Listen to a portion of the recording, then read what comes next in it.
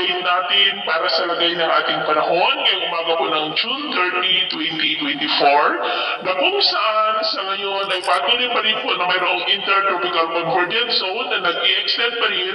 dito sa ating bansa, lalo na po dyan sa may Visayas at Mindanao. Ang easterlies ay umiikip po ngayon sa silangan ng Luzon at ang habagat ay nandyan pa rin sa kanlurang baybayin po ng Luzon. At sa ating long range forecast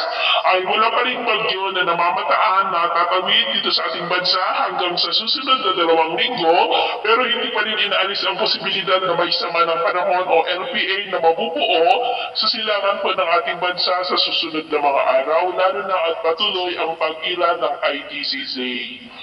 At sa lagay ng ating panahon, ngayong madaling araw ay maayos pa rin ang panahon sa malaking bahagi ng bansa, pero may tsansa pa rin ng mga isolated rain sa ilang bahagi ng Cagayan, Mountain Province, Calabarzon, ilang bahagi ng Bicol, Mimaropa, Guimaras, Sulu Archipelago at Zamboanga Peninsula. At mamaya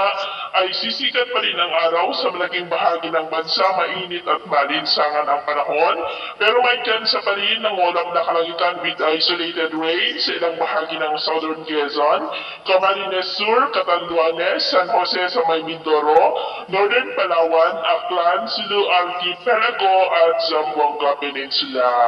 At mamayang hapon, mas maraming lugar muli dito sa ating bansang makakaranas ng walang na kalangitan with isolated rains. Kaya kung lalabas po tayo sa ating mga tahanan, ay galiin po natin lagi ang magdala ng kahit anong panangga natin sa init ng araw at protection na rin po sa mga biglaang buhos ng ulan.